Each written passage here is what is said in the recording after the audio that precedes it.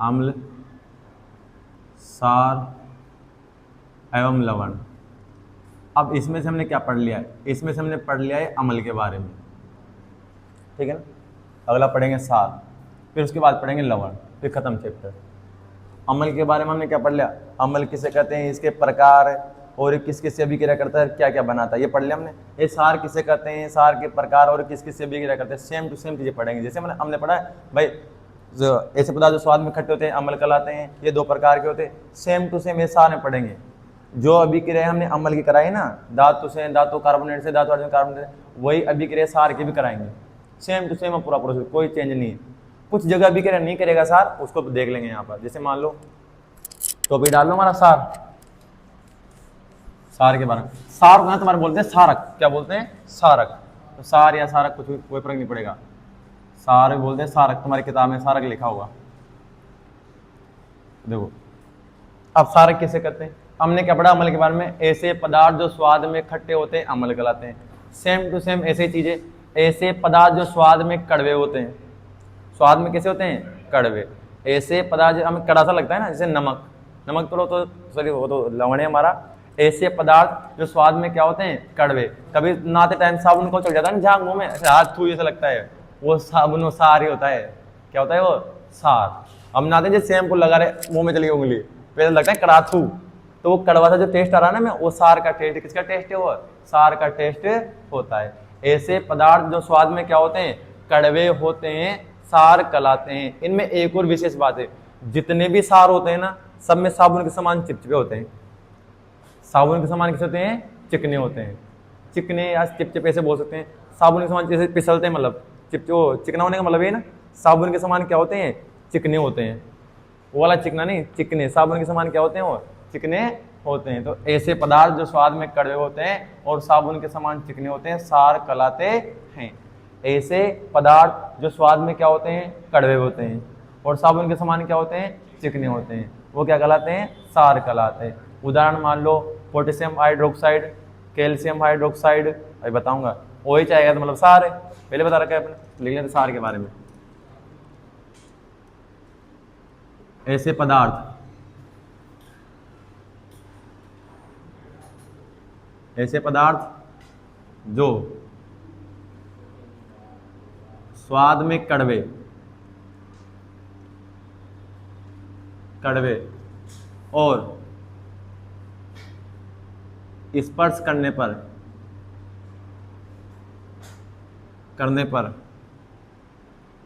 साबुन के समान साबुन जैसे चिकने होते हैं, चिकने होते हैं, देखो सार कहलाते हैं। क्या कहलाते हैं?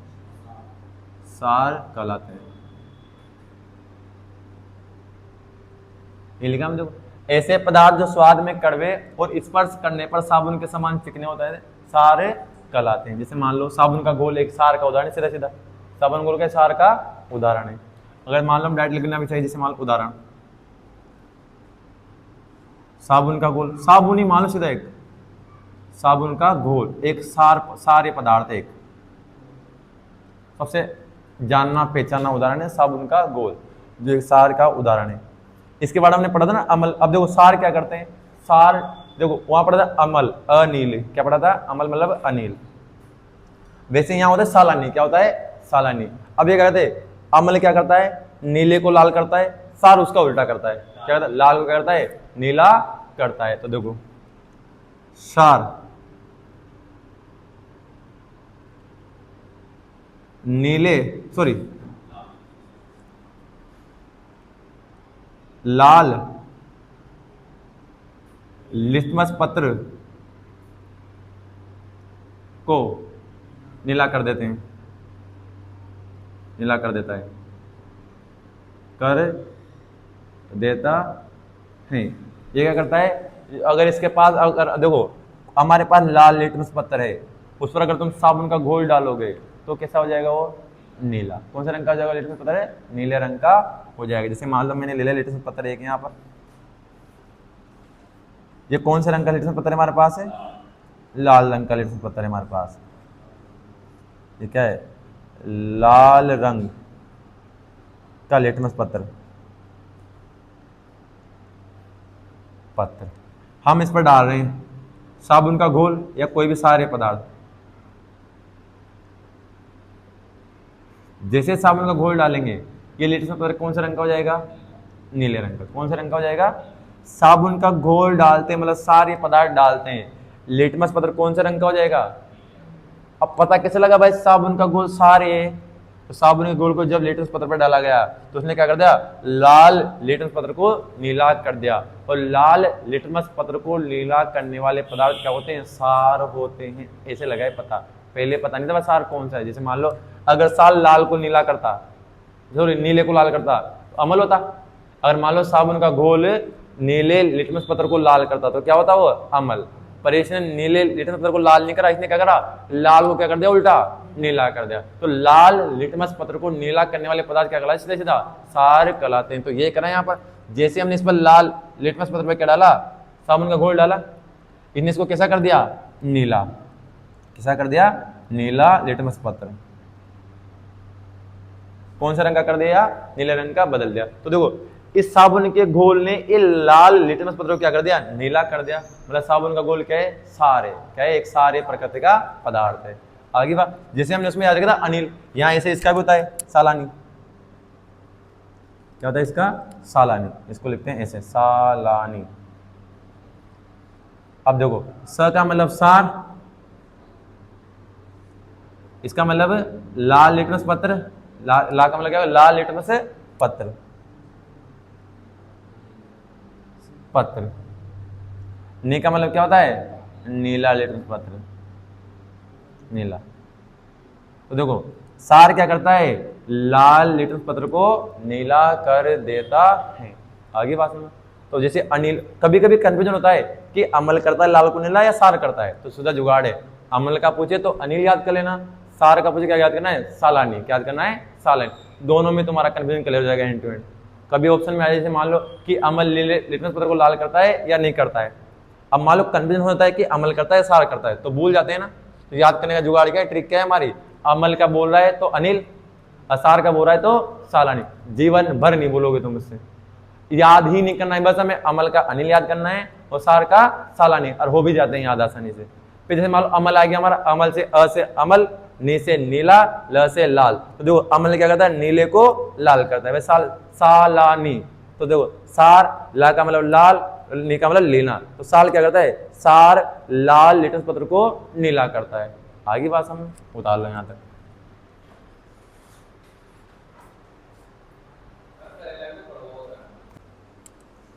ठीक है, इसको चाहो तो अच्छे से लिख लो। और एक बार हमने उसमें लिखा था सालानी को, अमल को देख लो, लिख लो, फिर पढ़ेंगे सार के प्रकार।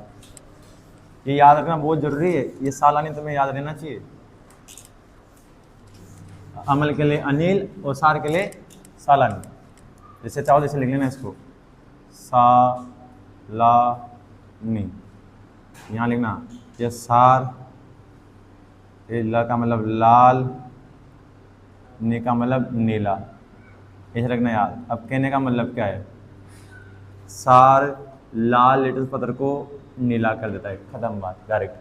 सार क्या करता है, सार लाल लिटमस पत्र को क्या करता है, नीला कर देता है। ऐसे लिखो तो अच्छी बात, तुम्हारी मर्जी। फिर तुमने लिखा कॉपी के ऊपर लिख लेना, लिखा तो आप पढ़ेंगे सार के लिख लेना पड़े ऐसा, ताकि तुम्हें याद रहेगा वास्तव में, लिखने में अच्छा भी लगेगा। गोर लगा दिया इसके अपने। आप पढ़ेंगे सार के प्रकार। तो सार भी दो प्रकार के, यहाँ पे जैसे अमल दो प्रकार के थे ना, प्रबल अमल और दुर्बल अमल। सार भी दो प्रकार के, प्रबल सार, दुर्बल। सेम कंडीशन है। हम प्रबल अमल के लिए क्या बोलता है, ऐसे अम्ल जो जलीय विलयन में आसानी से H+ आयन त्याग देते हैं, उसके पास H होता है, और सार के पास क्या होता है, OH। तो ऐसे सार जो जलीय विलयन में आसानी से OH- आयन त्याग देते हैं, प्रबल सार कहलाते हैं। और ऐसे पदार्थ जो जलीय विलयन में आसानी से OH आयन नहीं त्यागते तो हैं, पर आसानी से नहीं त्यागते हैं, वो क्या कहलाएंगे, दुर्बल सार। जो देखो जो भी पदार्थ जलीय विलयन में OH आयन त्याग रहा है वो क्या एक सार है। आसानी से त्याग रहा तो प्रबल सार, आसानी से नहीं त्याग रहा तो दुर्बल सार। अब आसानी से कैसे त्यागते और आसानी नहीं त्यागते पहले समझ रखा ना अपना अमल में, वही सेम सेम चीज लिखी। सार के प्रकार हाँ, ओ एच का माइनस की बैलेंस माइनस होना होती है हाइड्रोक्साइड के। हाँ, लिखेंगे प्रबल सार सेम सूत्र लिखना है। क्या लिखना है? ऐसे सार जो जलीय विलयन में, मतलब पानी में विलयन में आसानी से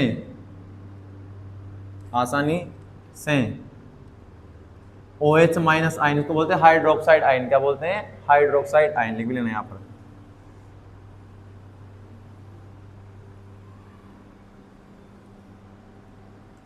जैसे किसी भी तत्व या यौगिक के पीछे उसकी बैलेंसी लगा देते हैं तो वो क्या बन जाता है? आयन। क्या बन जाता है? आयन।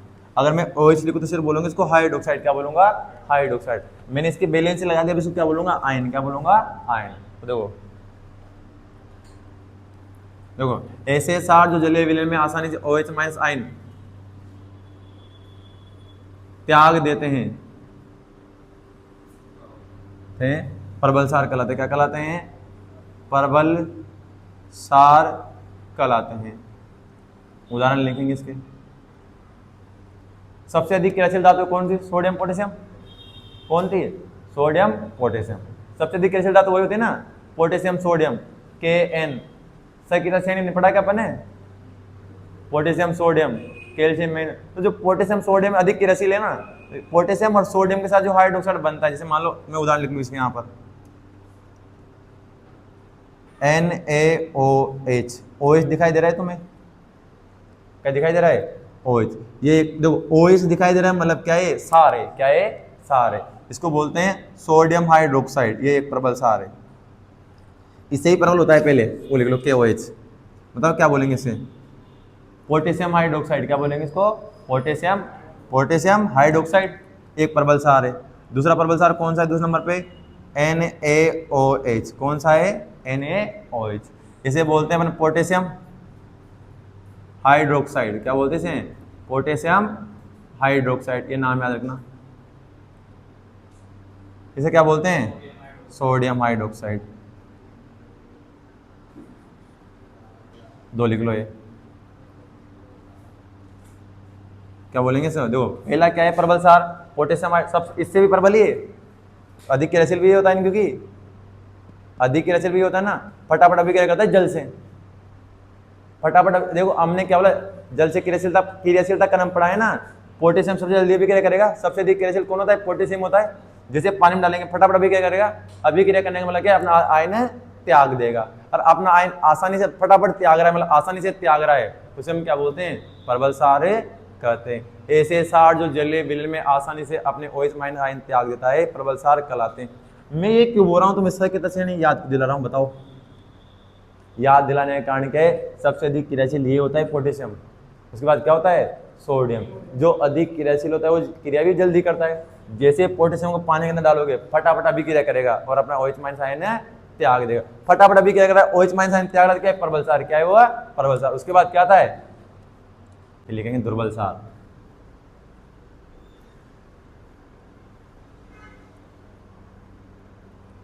कैसे त्यागते हैं, जल्दी कैसे त्यागता है, मैंने बता रखा ना पहले अमल वाले में। सेम सीन है। अब कपिल का असर क्या है? OH पानी में डाल कपिल फ्री, OH अलग। कपिल क्या हो जाएगा? प्रबल सार। ऐसा नहीं दुर्बल सार जो नहीं है आज।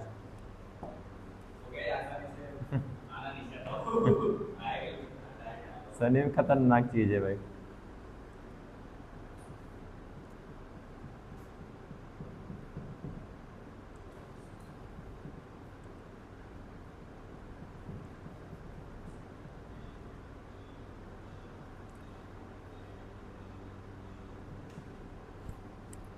लिख लिया भाई? इनाम पूछ लो इसके। वो इसको क्या बोलते हैं? Potassium hydroxide. NaOH क्या बोलते हैं? Sodium hydroxide. अब लिखेंगे दुर्बल सार। इसमें मैं थोड़ा सा चेंज कर दूंगा ना, जिसमें हो जाएगा क्या हो जाएगा? दुर्बल सार हो जाएगा। क्या चेंज करना है? देखो यहाँ पर आसानी से नहीं त्यागते हैं। आसानी से नहीं, देखो लिखना तो वही है। टॉपिक क्या हमारा अगला, दुर्बल सार। क्या है? दुर्बल सार। तो देखो ऐसे सार जो जलीय विलयन में आसानी से OH आयन त्याग देते हैं वो तो प्रबल कहलाते हैं। जो आसानी से नहीं त्यागते हैं, नहीं आसानी से, सॉरी आसानी से OH आयन, यहाँ क्या आएगा? नहीं त्यागते हैं।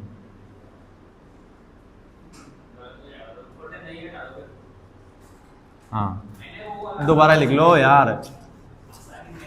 हाँ, लिखेंगे ऐसे सार, सार जो जलीय विलयन में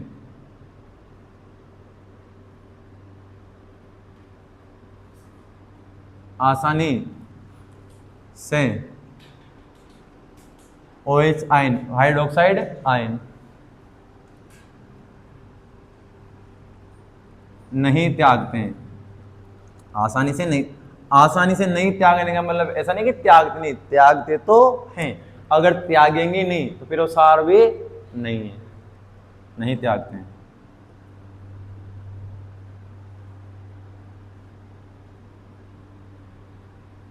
दुर्बल सार कहलाते हैं, सार कहलाते हैं।